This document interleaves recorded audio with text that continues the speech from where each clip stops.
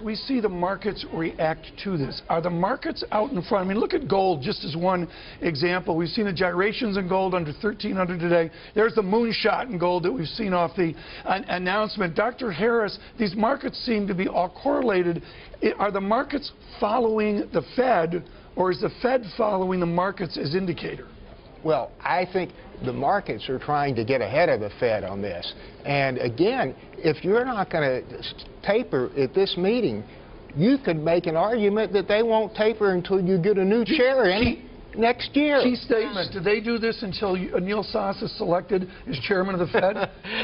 I'm not sure. How did we get to 218 without talking about Janet Yellen? She's going to follow through with this. One would imagine that she would be more dovish than some of the other candidates that have been discussed, certainly.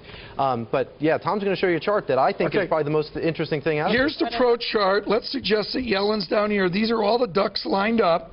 2016, and this is what? Plosser, Fisher, Blacker. Probably. But this is actually what the Fed puts out, that the pros look at, the distribution of opinions at our central bank. Is this a more fractious distribution than other central banks?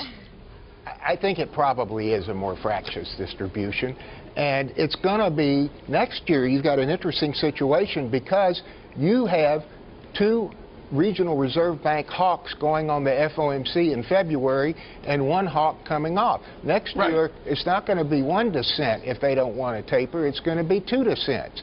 And possibly building, because you're going to have some new governors on next year. This is exciting as Cincinnati Reds, Pittsburgh Pirates.